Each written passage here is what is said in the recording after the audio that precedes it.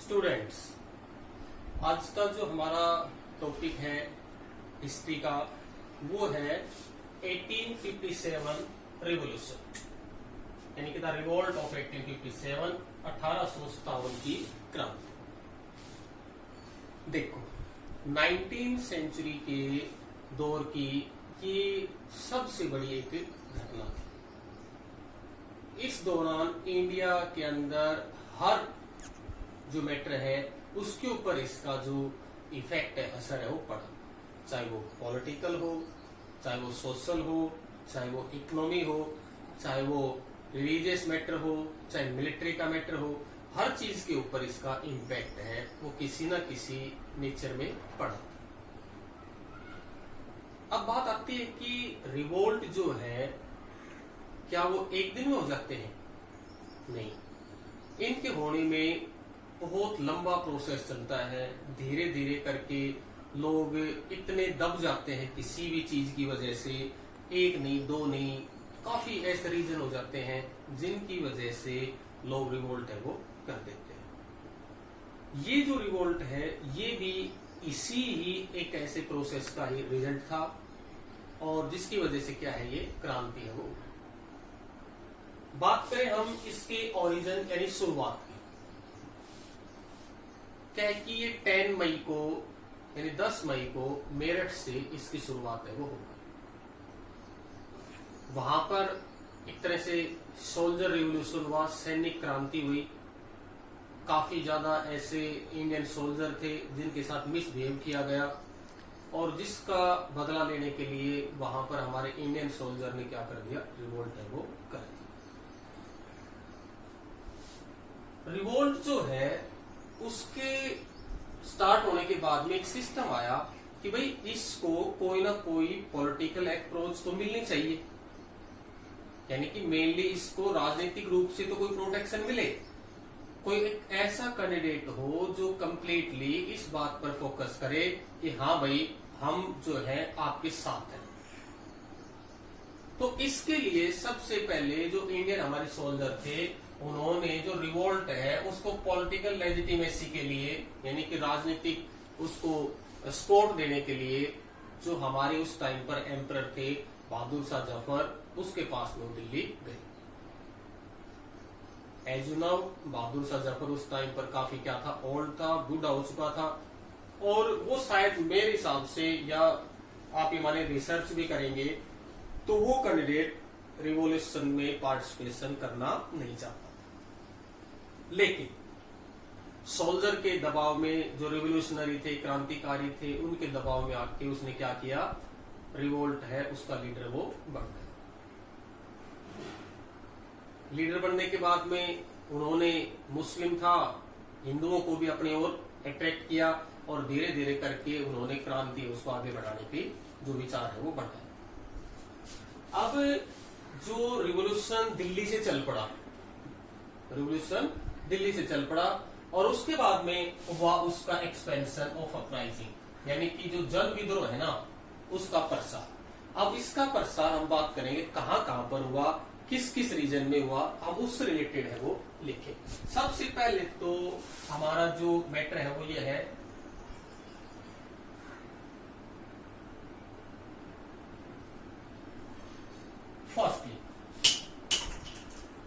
Firstly जो ये revolution spread हुआ, ये हुआ रिवोल्ट इन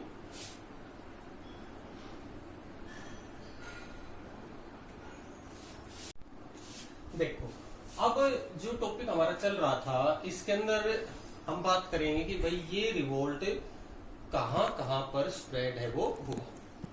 ठीक है, तो सबसे पहले बात करेंगे हम revolt in north west provinces and Awadh, यानी कि फिलहाल टाइम जो उत्तर प्रदेश का एरिया है यहाँ पर।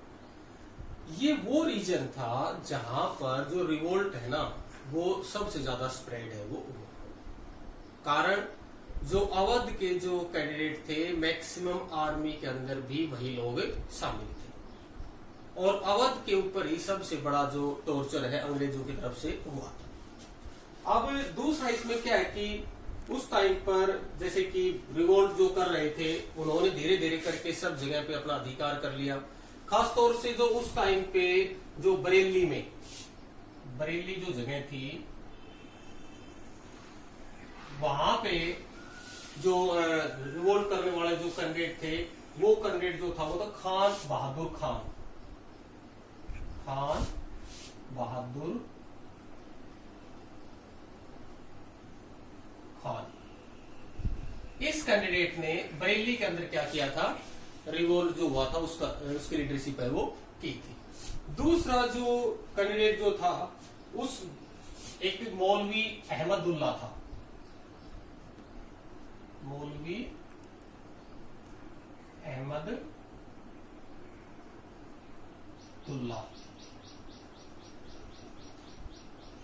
इस कैंडिडेट ने भी जो रिवोल्ट है उसका जो लीडरशिप है वो की थी।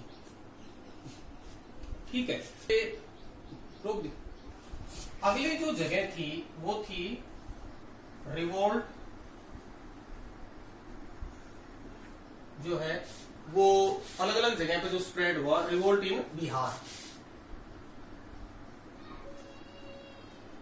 बिहार में विद्रोह। एक्चुअली में क्या था कि जो बंगाल में जिस तरह रिवोल्ट हुआ, ऐसे धीरे धीरे करके जो बिहार है उस क्षेत्र के अंदर भी रिवोल्ट है वो काफी ज्यादा स्प्रेड हुआ।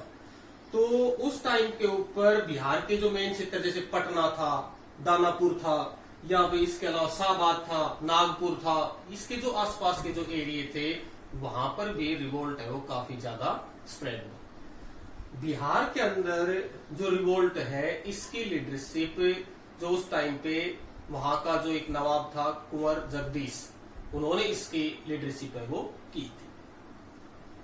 तीसरी जो जगह आती है रिवोल्ट जो हुआ था मेनली वो था middle India, revolt in middle India.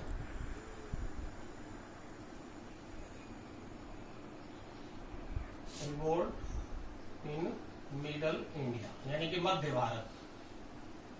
अब मध्य भारत के अंदर मेन जो उस टाइम के ऊपर जो ब्रिटिश की जो मेन जगह थी वो थी झांसी, ग्वालियर, संबलपुर, कानपुर और भाई भरतपुर। ये जो एरिया थे ये उस टाइम पर रिवोल्ट के सबसे मेन जगह थी। खास तौर से हम बात करें झांसी की, तो झांसी की जो उस टाइम पर रानी थी, रानी लक्ष्मीबाई जो थी, उसने जो झांसी की लीडरशिप है उसको संभाला था। तो इस तरह से जो मिडल इंडिया है वो भी। फिर उसके बाद में बात आती है हमारे पंजाब और हरियाणा की, पंजाब एंड हरियाणा।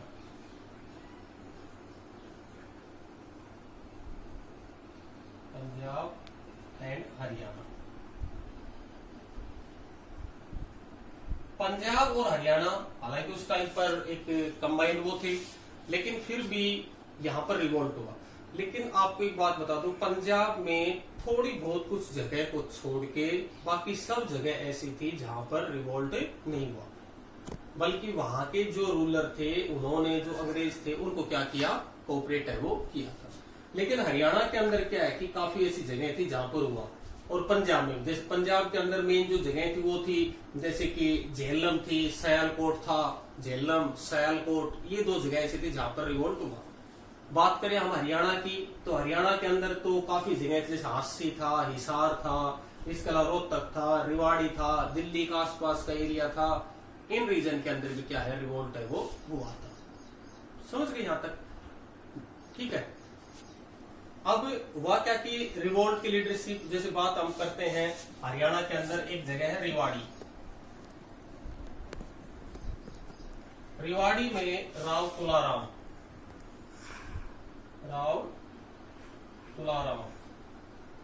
और इसका जो भाई था उसने क्या की थी, इसकी लीडरशिप है वो की थी।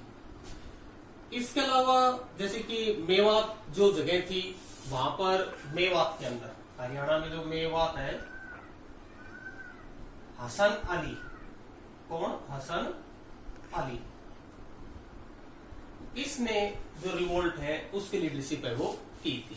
तो इसके अलावा जैसे कि फरूक नगर है, वहां पर भी जो वहां का उस टाइम पर नवाब था फौजदार खान, फरूक नगर का कौन था, फौजदार खान, उसने भी जो रिवोल्ट है उसको चलाया। कुछ एक और भी जगह थी जहां पर इस तरह की हुई। अब बात हमारी ये आती है कि प्लानिंग और कोऑर्डिनेशन क्या था, मतलब हमारा क्वेश्चन आएगा क्या प्लानिंग और कोऑर्डिनेशन थी। सबसे बड़ी बात, जब रिवोल्ट इतना बड़ा हुआ है तो क्या इसमें कोई योजना थी। प्लानिंग एंड कोऑर्डिनेशन यानी कि योजना और समन्वय।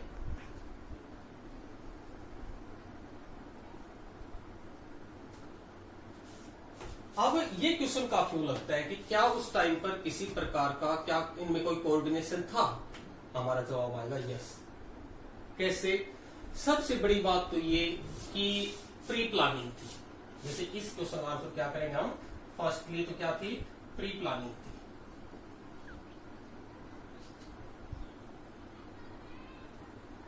यानी कि पूर्व योजना थी भाई।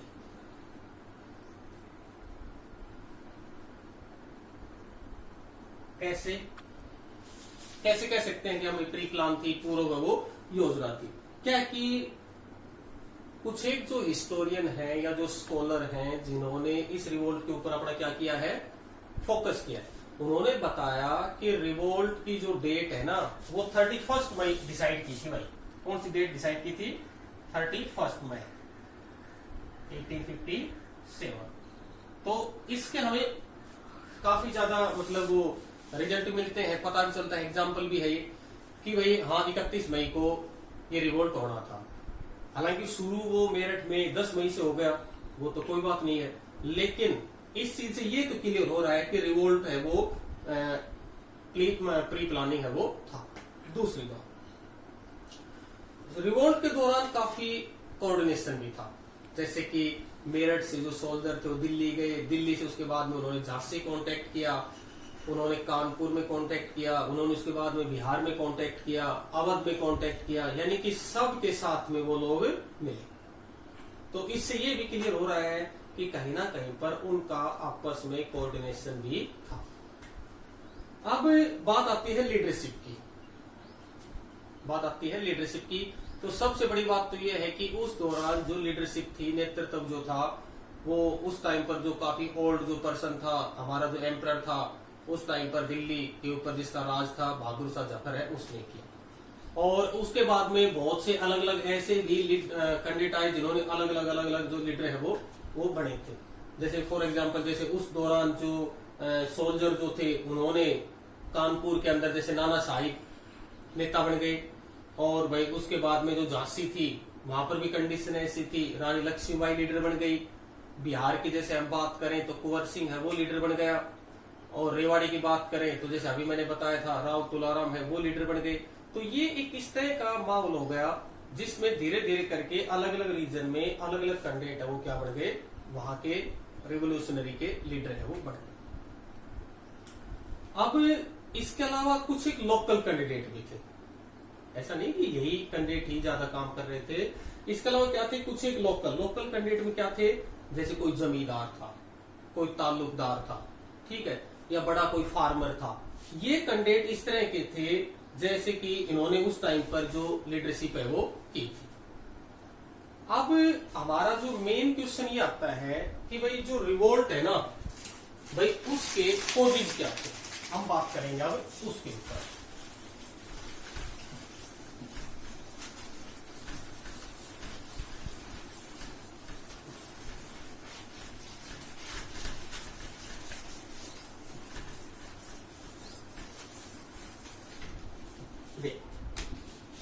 नेक्स्ट जो हमारा पार्ट है वो है कॉजेज ऑफ रिवोल्ट।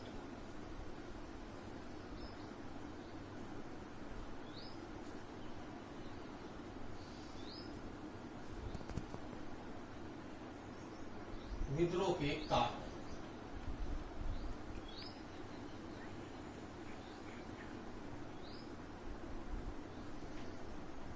देखो रिवोल्ट का जैसे मैंने बताया था कोई एक कारण नहीं है, बल्कि रिवोल्ट के तो मैक्सिमम बहुत ज्यादा ऐसे कॉजेज है जो पिछले 100 साल में हमारे पास काफी ज्यादा है वो बढ़ गए। फर्स्ट अगर हम बात करें, सबसे पहले तो हम बात करते हैं इमीडिएट की, इमीडिएट कॉज की बात करते हैं, बाकी उसके बाद में।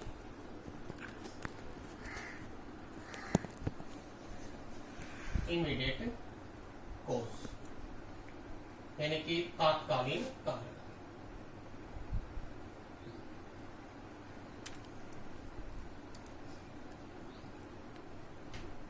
देखो इमीडिएट कॉज में सिस्टम ये था कि भाई उस टाइम पे जो ग्रेज जो उस टाइम पे कार्ट्रेज जो थे, ग्रेज कार्ट्रेज जो थे, चर्बी वाले कारतूस, तो क्या होगा कि भाई उस टाइम पर एनफील्ड राइफल जो थी उसके अंदर जो बुलेट गोली जो डाली जाती थी, क्या था कि वो एक ऐसे मटेरियल के अंदर थी कि उसके ऊपर तो एक चिकना सा पदार्थ लगा रहता था, ठीक है, और उसके अंदर क्या होती थी, बारूद होता था और गोली होती थी, और उसको राइफल में डालने से पहले मुंह से क्या करना पड़ता था, छीलना पड़ता था।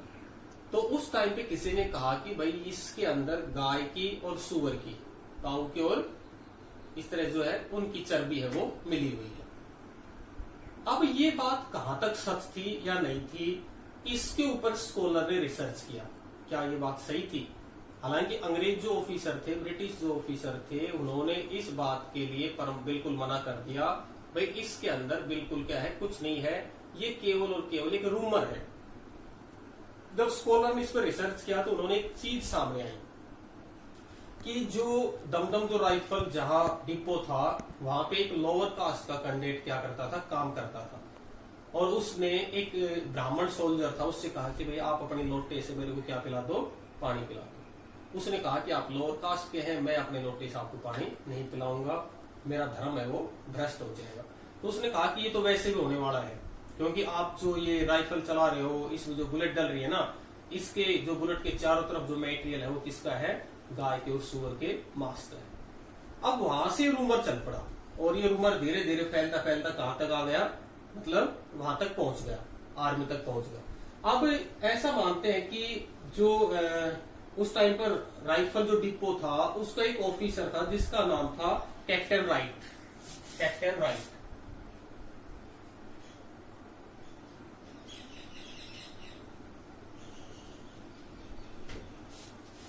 कैप्टन जो राइट जो था, उसने वो डिपो का कमांडर था, उसने इस बात पे बिल्कुल फोकस डाला कि भाई उस दौर में इस तरह की कोई घटना नहीं थी, लेकिन रूमर फैल गया, हाँ भाई ऐसा है।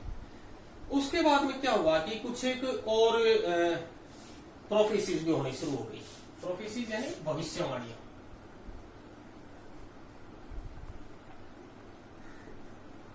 कुछ भविष्यवाणियां थी।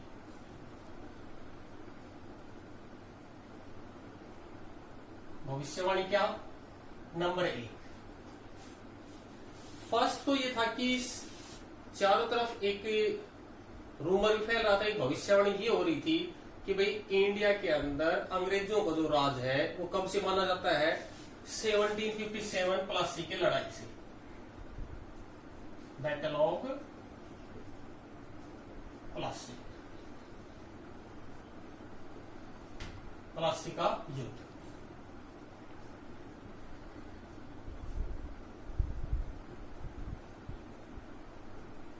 अब 1857 में ये रूमर फैला कि भाई अंग्रेजों का जो राज है ना वो 100 साल का था, यानी कि 100 ईयर इनको क्या हो गए, पूरे हो गए, इनको हो गए 100 साल पूरे। तो अब क्या होगा कि ये देश छोड़ के जाएंगे। ये एक तो उस टाइम पर सबसे बड़ी जो रूमर है, उस टाइम पर जो भविष्यवाणी है वो। अब एक क्वेश्चन ये आ जाता है हमारा कि सबसे मेन बात है भाई, why was belief in rumour. भाई लोग अफवाहों में विश्वास क्यों कर रहे थे, लोग अफवाहों में विश्वास क्यों कर रहे थे, इसके पीछे काफी कारण थे। इसके पीछे सबसे बड़ी बात यह थी कि अंग्रेजों ने जो पॉलिसी अपनाई थी, जैसे जैसे वो सारे के सारे क्या थी कि इंडियंस के क्या थी, अपोजिशन में थी। चाहे उन्होंने कोई सोशल वेलफेयर का वर्क लिया हो, चाहे उन्होंने इकोनॉमिक का लिया हो, चाहे उन्होंने कैसा भी लिया, वो किसी ना किसी फोकस में क्या था, इंडियन जो कैंडिडेट थे उनके क्या थे, अपोजिशन। तो जब ये रूमर फैले ना तो उनको विश्वास हो गया भाई ये बात तो हो सकती, ठीक है भाई। अब इसके बाद में जो सबसे मेन कारण जो स्टार्ट हुए, जैसे कॉजेज में अलग अलग है। फर्स्ट जो कॉज में आया, जैसे एक तो हमने इमीडिएट कर लिया, दूसरा हमने प्रोफेसी भविष्यवाणियां कर ली, उसके बाद में हमने कर लिए रूमर्स। अब रूमर्स के बाद में जो अगला जो कॉजेज जो है उसमें आता है मिलिट्री,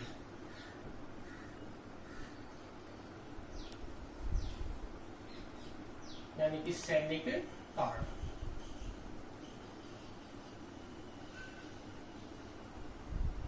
सैनिक कारण सबसे मेन तो वैसे माना ही मिलिट्री कॉज है वो जाता है, सैनिक कारण है वो माना जाता है। कैसे, क्या है कि एक तो लो salary and allowance, low salary and allowance, यानी कि कम तनख्वाह और भाई भत्ते न मिलना। क्या हुआ कि जहां पे एक अंग्रेज सोल्जर को 10 रुपए सैलरी मिलती थी, उसी पोस्ट के ऊपर अगर कोई इंडियन होता तो उसको 1 से 2 रुपए मिलते। सबसे बड़ी बात तो ये, सेम काम, उसके बाद में हमारी सैलरी है वो बिल्कुल कम। दूसरी बात अलाउंस की आती है, तो उनको तो हर साल कुछ ना कुछ इंक्रीमेंट या मतलब अच्छा इंक्रीज करके दिया जाता, उनको इस तरह का कुछ भी नहीं मिलता। तो जब वो अपने पैरेलल कैंडिडेट की सैलरी, उनके अलाउंस इतने ज्यादा देखते तो उनको काफी जेलेसी से होती, भाई ये तो बहुत बड़ी गड़बड़ की बात है, हम कैसे इस चीज को सहन कर सकते हैं। दूसरा उसके बाद में था रेशियल डिस्क्रिमिनेशन, रेशियल डिस्क्रिमिनेशन।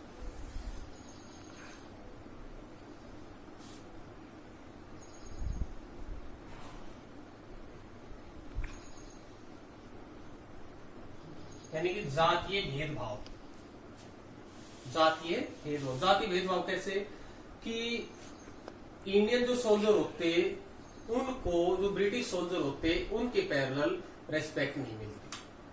अब एक कोई ब्रिटिश जैसे कोई भी सोल्जर होता तो कोई भी इंडियन जो ऑफिसर होता उसको, इंडियन ऑफिसर को सोल्जर को सल्यूट करना पड़ता, उनको कोई रेस्पेक्ट नहीं थी, उनको किसी प्रकार से उनके साथ बैठ के खाना तक नहीं खाने दिया जाता था। तो इस तरह से उनमें जातीय जो शोषण है वो भी बढ़ रहा था। फिर उसके बाद में अटैक ऑन रिलीजियस फीलिंग, ये सबसे बड़ी बात थी, अटैक ऑन रिलीजियन फीलिंग, यानी कि धार्मिक भावनाओं, विश्वास जो है ना उन पे प्रहार करना। अब इंडिया के अंदर क्या था कि इंडियन जो लोग थे, जैसे मान बात करें हम जो मुस्लिम थे, भाई हम दाढ़ी नहीं कटाएंगे, ठीक है। जो सिख कैंडिडेट थे, भाई हम बाल नहीं कटाएंगे, और जो कैंडिडेट थे भाई हम समुद्र पार नहीं जाएंगे। लेकिन इन्होंने क्या कर दिया, उन लोगों के ऊपर बाउंडेशन है वो लगा दी, तो उनको ऐसा महसूस होने लगा कहीं ना कहीं पर आपके जो धार्मिक भावनाएं हैं उनको ठेस है वो पहुंच गई। इसलिए भी क्या कर दिया उन्होंने उस टाइम पर अपोज है वो कर दिया। एक जनरल सर्विस एनलिस्टमेंट एक्ट आया था, जनरल सर्विस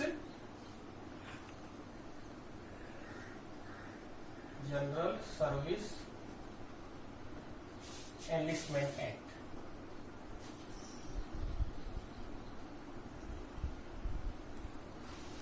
इस एक्ट के तहत क्या था, क्या हुआ कि अंग्रेजों ने एक सिस्टम लागू कर दिया उस टाइम के ऊपर कि भाई कोई भी जैसे हिंदू कैंडिडेट है वो जब जॉब में लगता तो उसी दौरान एक सिस्टम लिखवा लेते वो आपको समुद्र पार भी जाना पड़ेगा।